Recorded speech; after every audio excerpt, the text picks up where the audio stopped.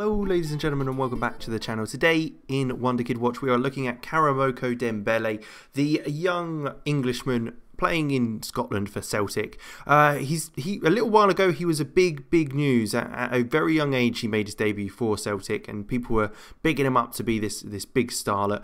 Only 17 still, so he's got a long way to go before you can call him a failure or anything like that. Stats wise, classic winger that can cut in on his left foot. Finishing's good, dribbling, first touch and technique as well, with a little bit of pace there, which I'm sure will increase over his years. Only 5'6" tall, but looks like you could possibly train him as a central attacking midfielder as well. We can see that he is already wanted by the likes of Chelsea, Man United and PSG, so if that gives us any sign, there's a big career ahead of him and lots of trophies to be won, even if he stays at Celtic for a little while longer, I'm sure. But we'll jump 5 years into the future, see where he's at, what his development's like, and go from there.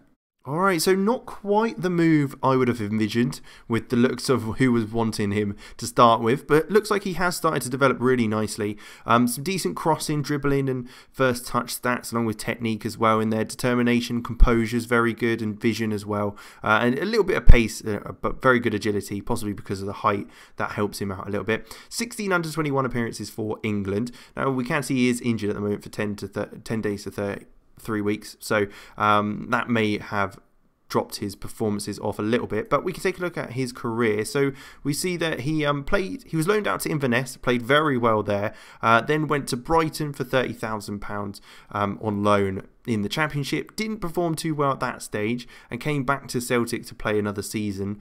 Again, didn't perform too great, but did end up getting a performance in just before moving to Leicester for £27.5 million. Nothing spectacular though, so again he's kind of middle of the road at this point. Nothing amazing. £105,000 a week at 22 years of age, so a lot of money being spent on him. Is there any career milestones? So we can see here that it does look like his under-21s team won the Elite League, which was nice. Brighton won the Community Shield winners with him at the club, and then got promotion to the Premier League, which is certainly an interesting thing, along with England winning and defending the Elite League once again. Being back in Scotland, as you can probably expect, he won the Scottish Premiership 2 years running, and the Scottish Cup and Betfred Cup, so he has got trophies to his name. It's now just those performances that we're really looking for now. So we'll jump another 5 years in his prime, see where he's at and what's gone on. So West Ham is his next stage, valued at 41 million. No real improvements in his English international career. We can see that he has got some lovely agility stats, and the dribbling side of his game is certainly, you want him on the ball rather than anything else. Interesting to see he has moved to West Ham. Let's see how that's happened. So it looks like, yeah, he didn't play at all in the season just before his move, where he went for 13.5 million or 13.25 million pounds. Didn't perform well for West Ham over those 3 years he's been there. The performance wise it's been quite poor. Has he won anything since then? I mean, he's played for the under-23s but for West Ham, and won the promotion, but nothing to really shout about. Certainly interesting to see that he's not really, he's done okay development wise, but not really developed in his performance or the style of play. So maybe that's possibly the teams he's been at with Leicester and West Ham, but I'd have thought Leicester may have been the right choice for him. He's played 64 times already for West Ham, but we'll have to jump again, see where he's at latter stages of his career and how that's gone.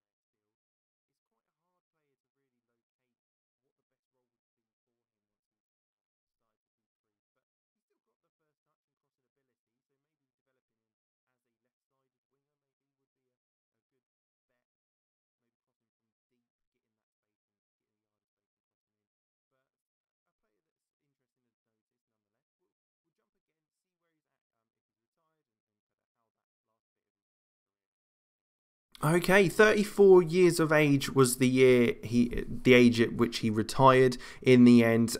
We can see he didn't actually get to make an appearance for England as in the national team.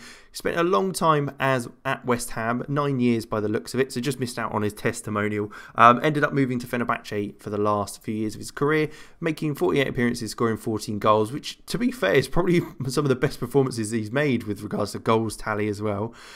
He's won 8 trophies in his career, consecutively winning European Under-21s Elite League for England, getting Bedford Cup and Scottish Cup with Celtic, along with a Community Shield, an FA Cup with West Ham as well as the Premiership in Scotland with Celtic. So he has got a few trophies to his name, nothing spectacular. Goals tallies to games isn't amazing either, hitting under the 400 game appearances mark. So overall, not overly spectacular career. He joined Fenerbahce for 5 million in the end, so total value of his career moves wasn't too high either. Possibly could make some money on him, really, if you're a good wheeler and dealer, a bit like Harry Redknapp. But it was an interesting career, certainly, at the least.